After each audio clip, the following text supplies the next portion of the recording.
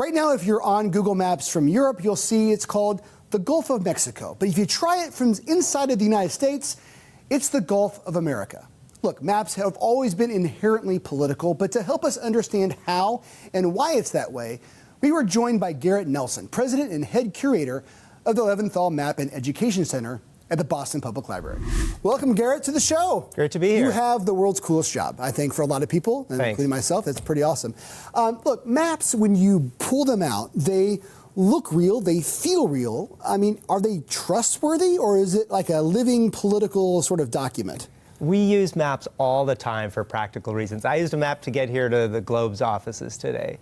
And because we use them so often, we expect them to tell us the truth, right? I followed it here downtown. You might use it to look up the nearest Dunkin' Donuts from you. But every map has a perspective. Could be the perspective of a politician, a map maker, of an artist.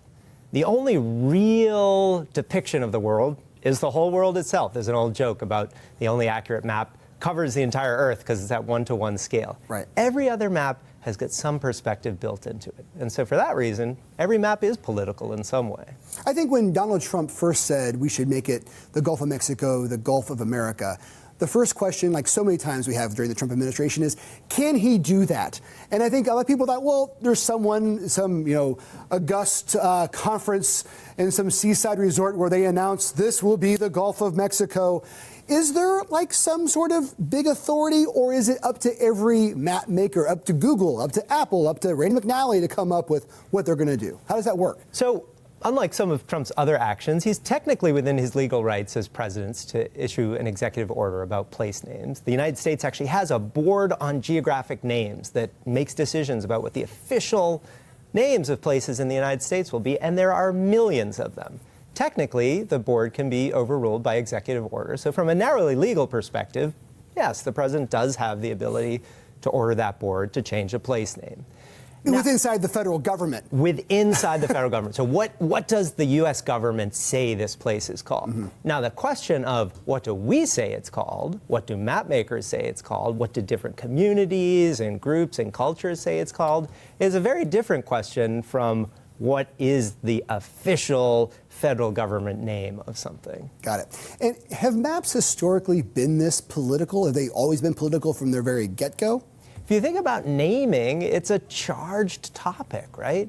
When European colonists came to North America, they generally wiped the names of the indigenous communities that had been here before off the map, replacing them with European names. Boston is a European name. It didn't exist. It's not Shawmut, the peninsula, right? Exactly. Nobody before the 1620s called this place Boston. So, yes, names have always been switching in and out of maps. Sometimes that comes from grassroots efforts to rename something to match what people are calling it in their everyday lives. Sometimes, in the case of Gulf of America, it comes from a very explicit top-down political command. I can't help but think also, when we talk about the Gulf of America, that it's also a very 2025 conversation, because it's about the role of technology. Right now, a president, anyone can say, call it that, and everyone who's got a digital thing, Google can just flip a switch and call it that. If President Eisenhower decided he wanted to name it the Gulf of America, the print map makers will be like, well, in 6 months when our new edition comes out, maybe we'll give it a look. How has technology changed the conversation around map making? Yeah, we live in such an age of rapid communication, right? We all know about social media. We know about online news.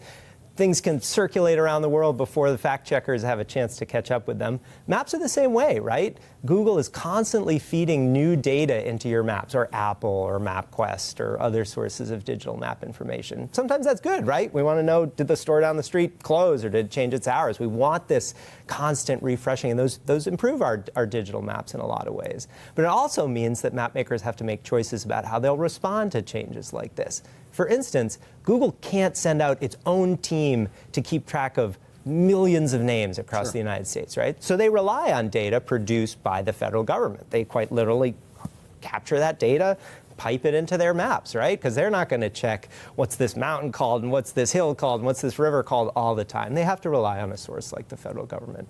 When the federal government changes their information, suddenly it's on Google Maps, it's on your phone, it's on your computer right away. What a fun conversation. Garrett Nelson, president and head curator of the Leventhal Map and Education Center at the Boston Public Library. Thanks so much for coming in. Pleasure to be here. For daily access to Boston Globe Today, all segments and episodes are available on demand in the Boston Globe app by clicking Watch.